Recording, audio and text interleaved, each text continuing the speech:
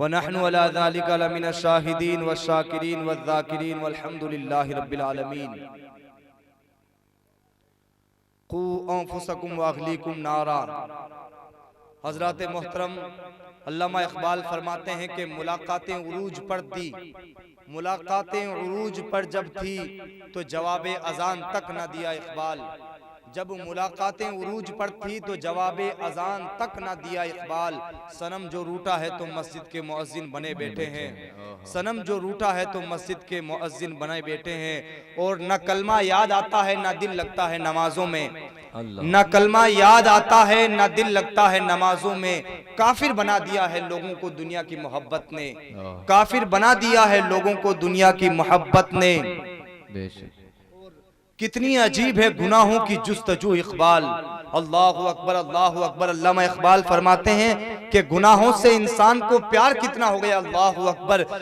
بلکہ انسان کو جو ہے نیکیوں سے پیار ہونا چاہیے، انسان کو جو ہے اللہ تبارک و تعالیٰ کی عبادت میں انسان کا دل لگنا چاہیے، انسان کا جو دل جو ہے اللہ تبارک و تعالیٰ کے ذکر سے جو ہے وہ لبریز ہونا چاہیے، لیکن انسان کا جو ذکر ہے وہ گناہوں میں لگ گیا ہے۔ اب حضرات محترم بتائیے، علامہ اقبال یوں ارشاد فرماتے ہیں،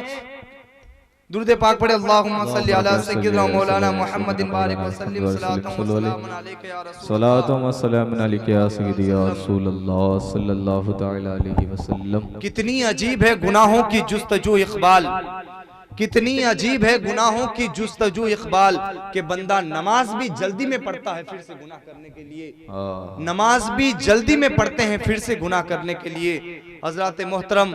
اللہ تبارک و تعالیٰ نے انسان کی پوری زندگی کا جو ہے وہ ایک ایک حصہ، انسان کی زندگی کا ایک ایک نچوڑ جو ہے وہ قرآن کریم میں ارشاد فرما دیا ہے۔ یعنی بندہ یہ سوچے کہ میں اپنی زندگی کو کیسے گزاروں، بندہ یہ سوچے میں اپنی زندگی کو گزاروں کیسے، تو اللہ تبارک و تعالیٰ قرآن کریم میں ارشاد فرماتا ہے، ذالک الکتاب لا ریب فیہ، یعنی قرآن کریم ایک ایسی کتاب ہے، اللہ تبارک و تعالیٰ نے قرآن کو ایک ایسی کتاب بنا کر بھیجا ہے کہ اس کے اندر نہ کوئی شک و شبہ کی گنجائش ہی نہیں ہے، اس کے اندر کوئی شک باقی ہی نہیں رہتا ہے۔ جب ہم قرآن سے یوں پوچھیں کہ قرآن تو بتا تجھے نازل کس لیے کیا گیا ہے، اے قرآن تو بتا دے تجھے نازل کیوں کیا گیا ہے، تو قرآن ارشاد فرماتا ہے، ہدی للناس، میں لوگوں کی ہدایت کے لیے نازل کیا گیا ہوں، میں لوگوں کی ہدایت کے لیے نازل کیا گیا ہوں۔ لیکن افسوس اس بات کا ہے مسلمانوں، افسوس اس بات کا ہے کہ آج ہم نے قرآن کریم کو صرف جو ہے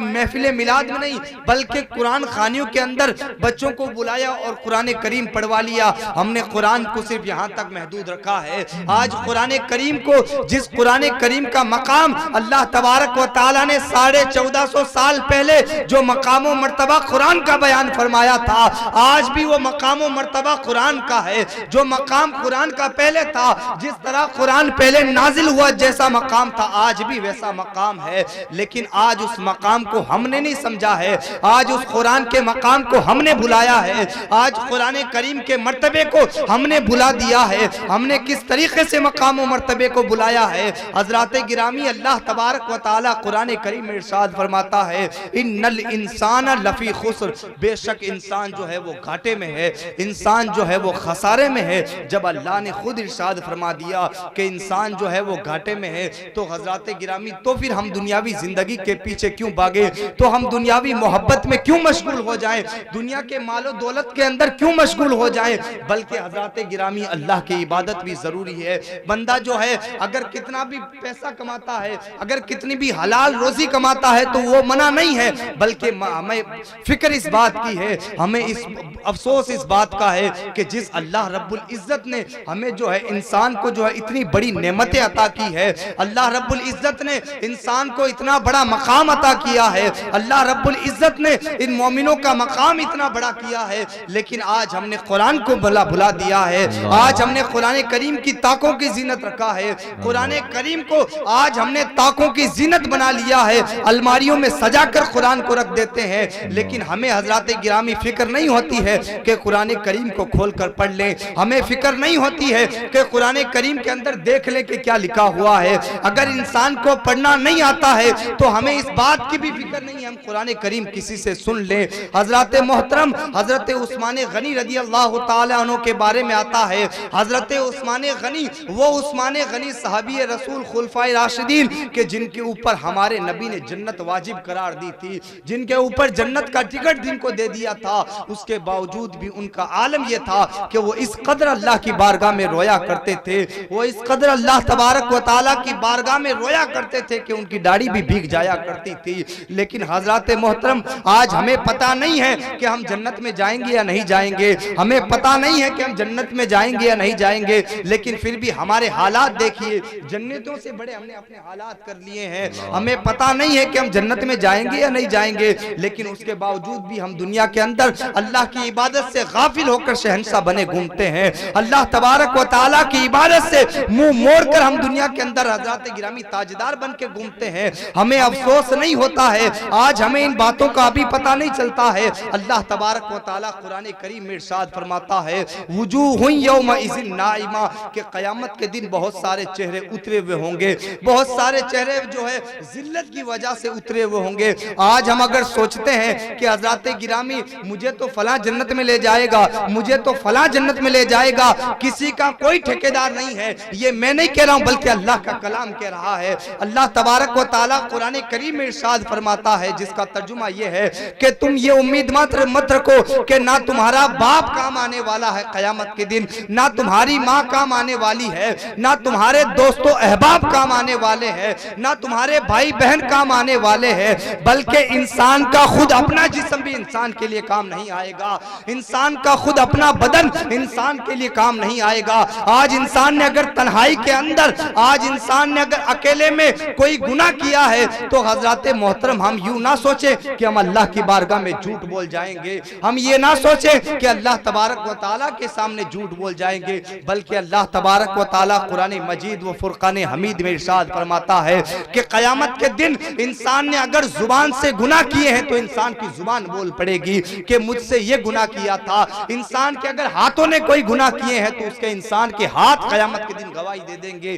اگر میں کہوں یہ بات بلکہ یہ جھوٹی ہو سکتی ہے، اگر کوئی بڑا آدمی یہ بات کہے تو جھوٹی ہو سکتی ہے، لیکن اللہ تبارک و تعالیٰ نے جب قرآن کریم میں ارشاد فرما دیا ہے کہ انسان کے ہاتھ قیامت کے دن اللہ کی بارگاہ میں گواہی دے دیں گے، انسان کے کان جو ہے اللہ کی بارگاہ میں گواہی دے دیں گے، انسان کے جسم کو جو ہے اللہ تبارک و تعالیٰ روک لے گا، انسان کی زبان بول پڑے گی مجھ سے یہ گناہ کیے تھے، انسان کے کان اللہ کی بارگاہ میں عرض کریں گے کہ مجھ سے یہ گناہ کیے تھے۔ حضرات محترم آج یہ دنیا تک ہی ہم جھوٹ بول سکتے ہیں، تنہائی کے اندر ہم نے کوئی گناہ کیے ہیں، اگر ہم نے اکیلے پن کے اندر کوئی گناہ کیے ہیں تو دنیا والوں کے سامنے جھوٹ بول سکتے ہیں، دنیا والوں کے سامنے اپنی باتیں چینج کر سکتے ہیں، لیکن اللہ تبارک و تعالیٰ کے سامنے ہماری نہ چلے گی، اللہ تبارک و تعالیٰ کے سامنے ہماری ایک بات نہ سنی جائے گی۔ حضرات محترم ہمیں افسوس اس بات کا ہے کہ آج حضرات گرامی ہم دیکھتے ہیں، ایک مرتبہ درود پاک پڑھے اللہم صلی اللہ علی نبی والی صلی اللہ تعالی علیہ وسلم صلاۃ و سلام علیک یا رسول اللہ صلی اللہ علیہ وسلم۔ حضرات محترم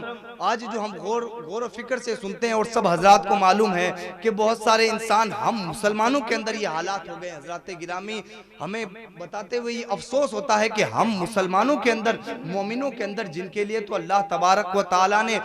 قرآن کریم کو شفا کتاب بتا دی ہے کہ قرآن کریم کے اندر شفا ہے، یعنی اگر دنیا کے اندر انسان کو کہیں شفا نہیں ملتی ہے تو قرآن کریم ایک شفا والی کتاب ہے۔ سب سے بڑی اگر کوئی شفا تمہیں تلاش کرنی ہے تو وہ قرآن کریم سے حاصل کرو، قرآن کریم کو پڑھو اور پڑھ کر دم کر دو، اللہ تبارک و تعالیٰ شفا دے دے گا۔ لیکن حضرات محترم آج ہمارے دل جو ہے وہ اس قدر حضرات گرامی مردہ ہو گئے ہیں، ہمارے دلوں کے اندر جو ہے ہمارا ضمیر اس قدر جو ہے وہ آج اگر ہم دیکھتے ہیں کہ فلاں بابا کوئی دناری کے اندر اور فلاں بابا کسی گاؤں کے اندر یا کسی بھی گاؤں کے اندر کھاٹو کے اندر کوئی ایسا بابا بیٹھا ہے جہاں پر جانے سے انسان صحیح ہو جاتے ہیں، جہاں پر جانے سے جو ہے انسان مرتا مرتا بچ جاتا ہے۔ اللہ اکبر اللہ اکبر۔ حضرات گرامی ہمیں بتاتے ہوئے یہ افسوس ہوتا ہے اور ہمیں شرم کے مارے ڈوب جانا چاہیے کہ انسان کو جب اللہ تبارک و تعالیٰ نے قرآن کریم میں ارشاد فرمایا ہے کہ میرے علاوہ نہ ہی کوئی تمہیں موت دے سکتا ہے نہ ہی زندہ رکھ سکتا ہے، جب انسان کی موت آ جائے گی